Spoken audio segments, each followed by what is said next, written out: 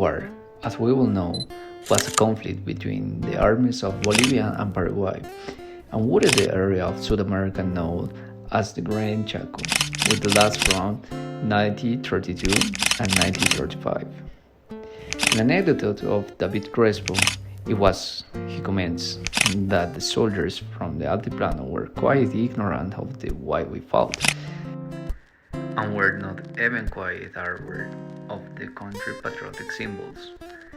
Being Bolivia, a country with a lot of ignorance in its inhabitants, since a large part did not have the possibility of to attending schools. He says that the soldiers had not knowledge of why the battle was taking place. This is in related to the conflict between the United States and Vietnam, where, out of patriotism, many young people enlist to the war of which they are ignorant, even that correlated in the Chaco War in the same way.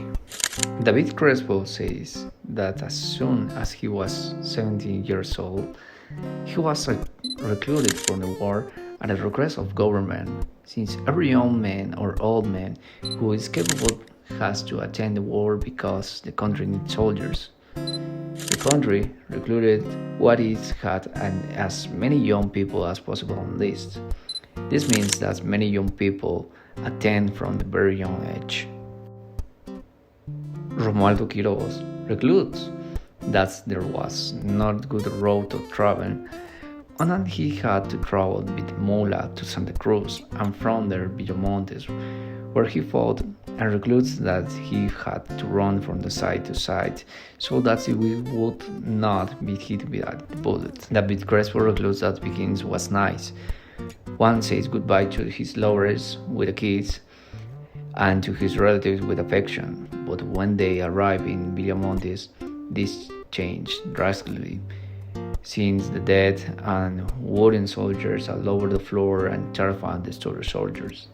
The Corralito de Villamontes was an event that greatly hammered Bolivia, since the commanders of military and president of the republic were bad, and military crowd defeat was carried out, which they came to change the course of the war, making almost everything it was a waste.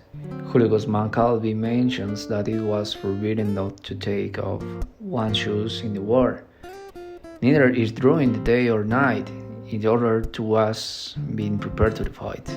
It was clearly a tragedy who traumatized several young people, families, artists, and Bolivian philosophers, causing more than a tragic battle and loss of the nation, if not more of loss of good men and great Bolivian talents. We can learn from these misfortunes of war, and we're grateful that we were able to overcome such a difficult time. Hi Miss, good morning, good afternoon, good night.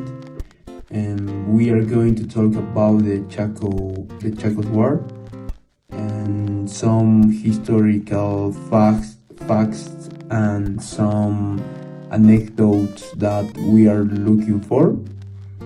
And this war began in 1932 and ended in 1935.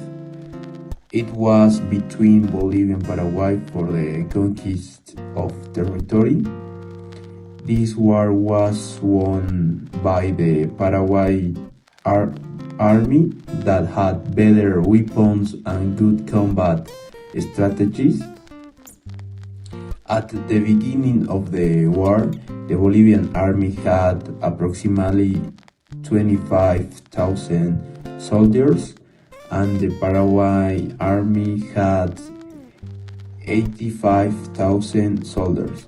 So it was inevitable that Paraguay would win the war for its advantage. After the war, there was no reason to justify such an absurd battle, because many people lost their lives on orders from the military ranks, and it should be noted that this war was one of the bloodiest and most important wars in the history of Bolivia, because he generates a change in the mentality of population of Bolivia. So, and one of the cause of this war could be the oil they had under this territory. So the black oil was very important for the countries, and that is a reason for this war.